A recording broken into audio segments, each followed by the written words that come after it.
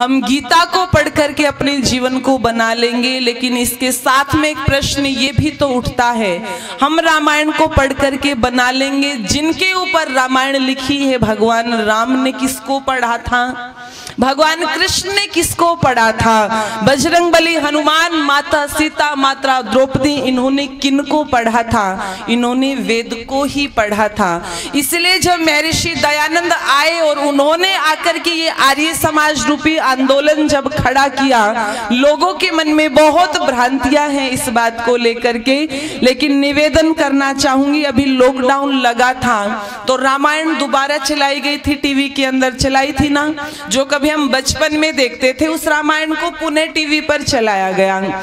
जो लोग ये सोचते हैं कि ये आर्य समाज भी वैसा ही है जैसे मुस्लिम मत है, ये आर्य समाज भी वैसे ही है जैसे ईसाई मत है, जैसे बौद्ध मत है, जैसे पारसी मत है, जैसे जैनी है, वैसे ही तो महर्षि दयानंद ने भी तो आकर के ये एक नया ही मत बना दिया और इसका नाम आर्य समाज रख दिया। तो ध्यान रखना, यदि महर्षि दयानंद अपना मत चलाना चाहते तो इसका नाम आर्य समाज नहीं, वो दयानंद समाज रख देते, वो अपने माता के नाम पर रख देते, वो अपने पिताजी के नाम पर रख देते।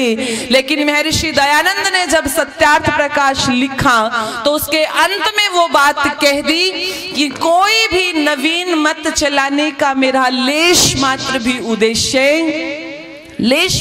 उद्देश्य नहीं है, अपितु मैं तो ब्रह्मा से लेकर के जैमिनी पर्यंत ऋषि मुनियों की परंपरा को पुनः स्थापित करने के लिए आया हूं। मैंने कोई नई बात नहीं कही है, मैं तो भूली हुई बात को मात्र याद दिलाने के लिए आया हूं। और वहां पर आर्य शब्द की परिभाषा देते हुए कह दिया, आर्य जो श्रेष्ठ है, जो प्रातःकालीन वेला में श्रद्धेय पूज्य आचार्य जी भी कह रहे थे, जो श्रेष्ठ है, जिसके जीवन में कोई बुराइयां नहीं है, वो क्या है? वो आर्य है। और मनुष्यों के समूह को मिलाकर के क्या बनता है? आर्य समाज बनता है। कहते हैं ना कि मनुष्य एक सामाजिक प्राणी है, मनुष्य एक समाज में रहता है। यदि हम इन दोनों शब्दों को मिला देंगे तो क्या बन जाएगा? अच्छे व्यक्तियों का समूह, श्रेष्ठ व्यक्तियों का समूह क्या हो जाएगा? आर्य समाज हो जाएगा। ये आर्य और ये समाज सतयुग में थे, लेकिन महर्षि दयानंद नहीं थे सतयुग में। ये आर्य और ये समाज त्रेता में भी थे, लेकिन महर्षि दयानंद नहीं थे। ये आर्य समाज द्वापर में भी था, लेकिन महर्षि दयानंद नहीं थे।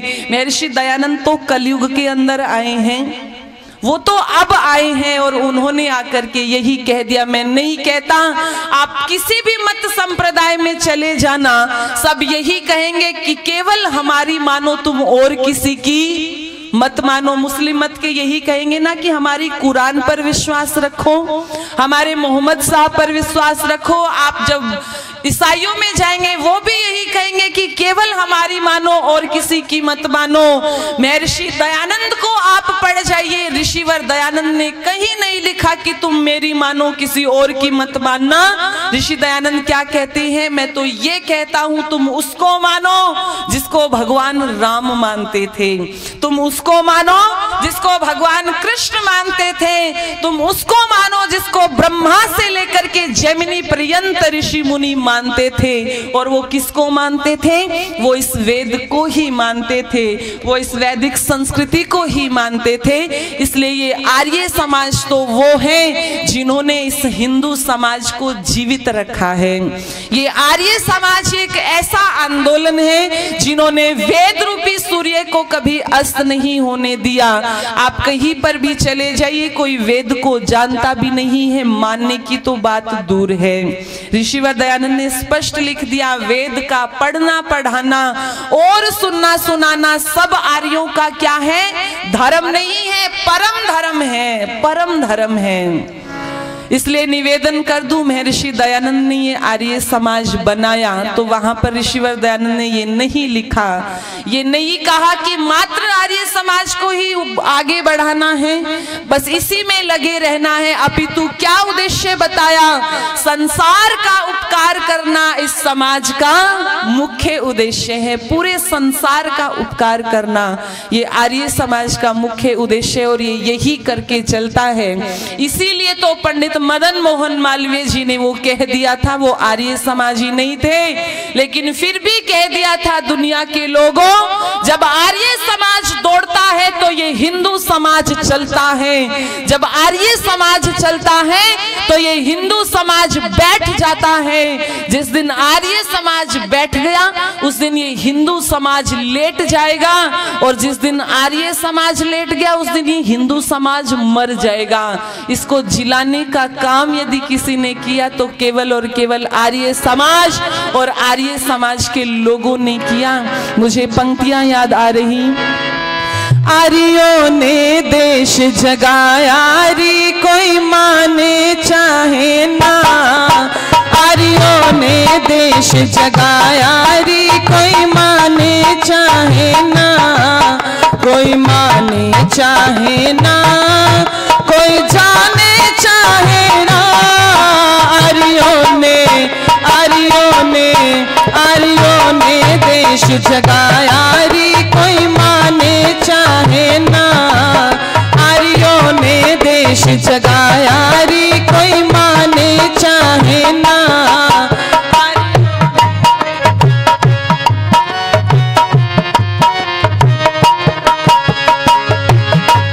वेदों को भूल रहे थे हम, चल प्रतिकूल रहे थे, वेदों को भूल रहे थे हम, चल प्रतिकूल रहे थे, हम सीधी राह बताई रे, कोई माने चाहे ना, हम सीधी राह बताई रे, कोई माने चाहे ना, कोई माने चाहे ना, कोई जाने चाहे ना, कोई माने चाहे ना, कोई जाने चाहे ना, आर्यों ने देश जगाया रे, कोई माने चाहे ना, आर्यों ने देश जगाया रे।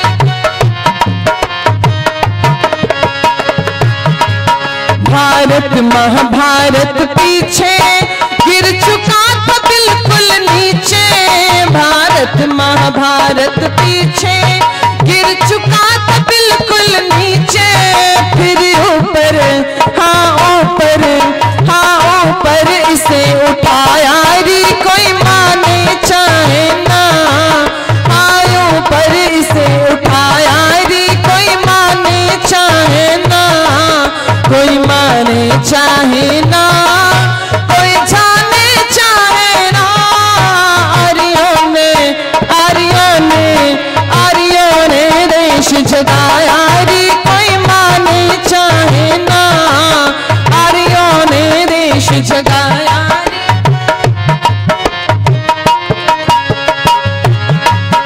एक समय था नारी जाति पैरों की जूती कहलाती, एक समय था नारी जाति पैरों की जूती कहलाती, नारी का मान बढ़ाया रे, कोई माने चाहे ना, नारी का मान बढ़ाया रे, कोई माने चाहे ना, कोई माने चाहे ना, कोई जाने चाहे ना, आर्यों ने देश जगाया रे, कोई माने चाहे ना, आर्यों ने देश जगाया रे, कोई माने चाहे ना।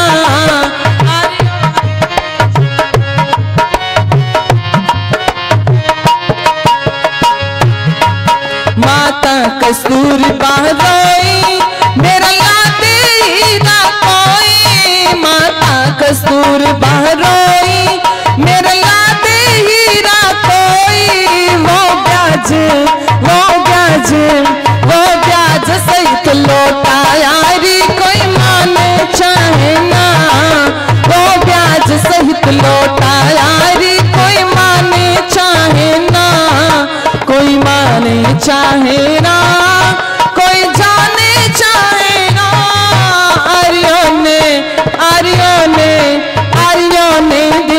जगाया रे, कोई माने चाहे ना, आर्यों ने देश जगाया रे। वीरेंद्र वीर बेखटके गए जेल आर्य भटके, वीरेंद्र वीर बेखटके गए जेल आर्य भटके, दुनिया का दुखों का मान घटाया रे, कोई माने चाहे ना, दुष्टों का मान घटाया रे, कोई माने चाहे ना, कोई माने चाहे ना, कोई जाने चाहे ना, कोई माने चाहे ना, कोई जाने चाहे ना, आर्यों ने देश जगाया रे, कोई माने चाहे ना, आर्यों ने देश जगाया।